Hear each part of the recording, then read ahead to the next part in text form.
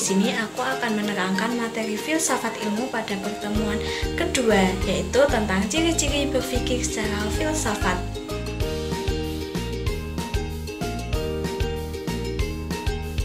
Jadi, kemampuan dalam berpikir merupakan ciri khas yang membedakan manusia dengan makhluk lainnya.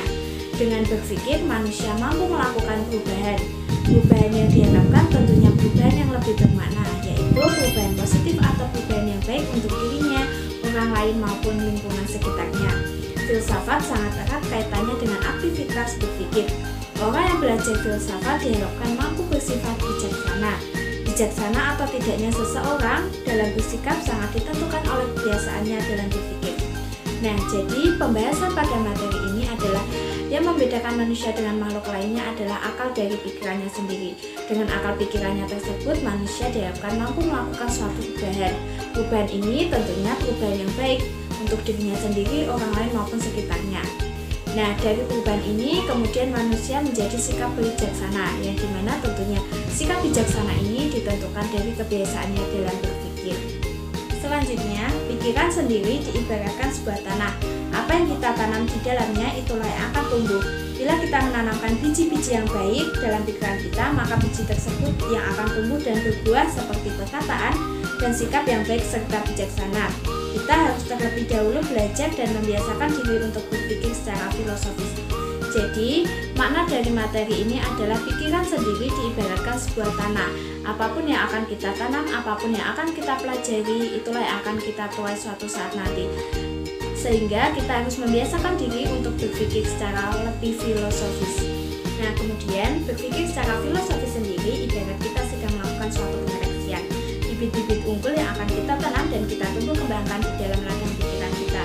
Hal ini penting dilakukan karena baik atau buruk pikiran seseorang, selain itu akan berpengaruh kepada sikap juga lebih baik atau jauh lagi akan berpengaruh baik atau buruknya hidup yang ia jalani. Yaitu pemaparan pada materi ini adalah berpikir secara filosofis adalah suatu proses penyeleksian. Kita harus menyeleksi mana hal yang baik, mana hal yang buruk yang akan kita jalani nantinya. Sehingga dalam penyeleksian ini kita lebih terarah pada kehidupan yang lebih baik ataupun yang lebih buruk. Tetapi, bila berpikir negatif ini menjadi suatu kebiasaan dalam berbagai hal, maka sikap negatif lainnya pun juga akan sering dilakukan terhadap semua hal yang akan dihadapinya. Alhasil, kehidupannya pun juga akan tidak baik. Kita harus terbiasa untuk memperbaiki mindset kita dengan melatih diri dan membiasakan diri secara filsafatan. Nah, pemaparan pada materi ini, kita diharapkan mampu menjauhi hal-hal negatif dan mendekatkan diri pada hal-hal positif. Dengan cara yaitu kita harus mengubah mindset kita sehingga kita dapat bersikap lebih baik sehingga dapat menjalankan hidup apa yang akan kita inginkan. Next, ciri-ciri berpikir secara filsafat sendiri ada 9, yaitu yang pertama berpikir secara komprehensif.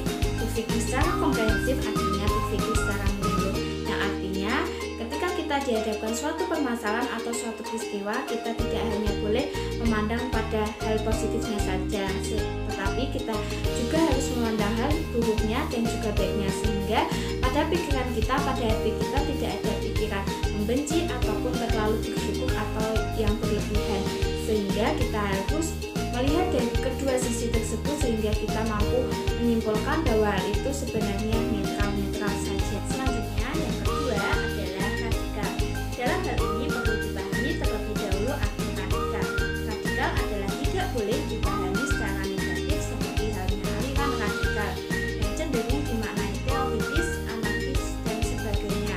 Tetapi radikal bila diruntut dari makna kata yang sebenarnya berarti sampai dasar atau sampai hakikatnya atau sampai makna terdalamnya.